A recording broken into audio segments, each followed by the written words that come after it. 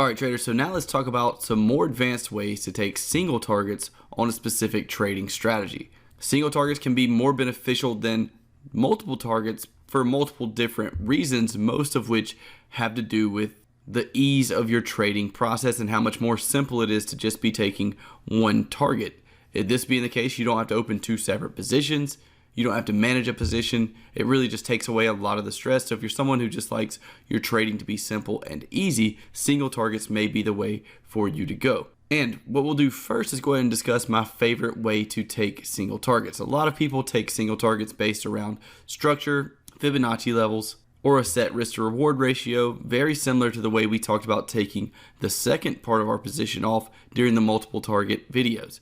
And one of my favorite ways to actually take single targets, if I'm going to be looking for a more advanced way of taking single targets than giving myself a one-to-one risk reward, is going to be by using a set risk reward ratio. Just like we talked about with multiple targets, what I like to do is, instead of having a one-to-one risk reward on that first position, especially considering it's our only position when trading with one target, is take that and move it to either a 1.2, a 1.5, or a 1.8 risk reward. Now, according to the testing and trading I've done with these three, they are the most beneficial. And the reason there's three different ones is because with a 1.8 risk reward, your winning percentage drops dramatically, but it's still profitable because of the fact you're getting a 1.8 to 1 risk reward.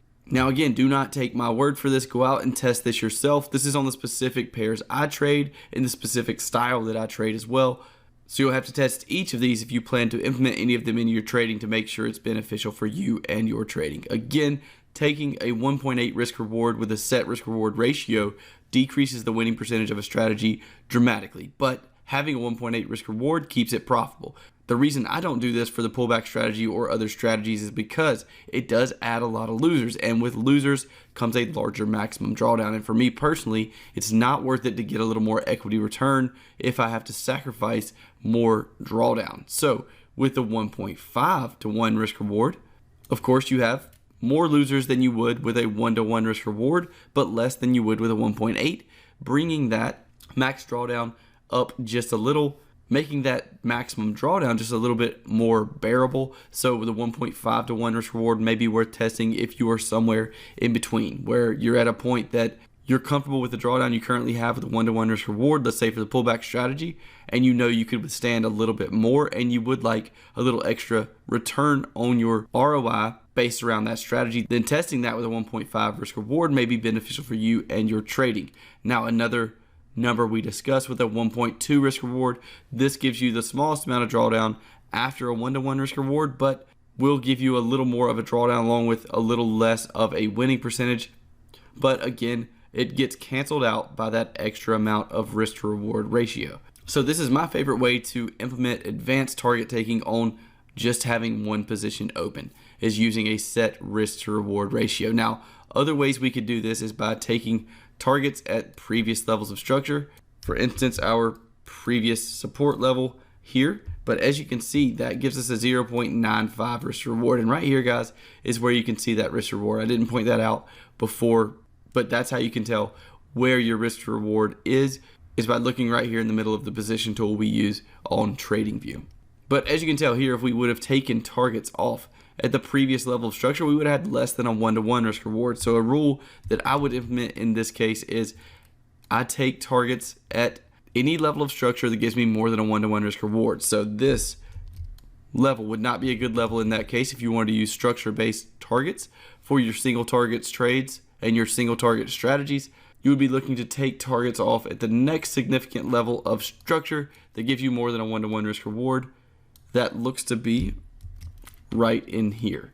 So this level right here would be the next level of structure that we would look at, and that would be where we would place targets for this trade. Again, as you can see, this giving us a 1.2 risk reward. And the other advanced way to take single targets would be the same as we discussed with multiple targets, using a Fibonacci extension tool from our previous swing high to swing low, back up, and looking either at the 127, the 1414, or even the 1.618 for that second target.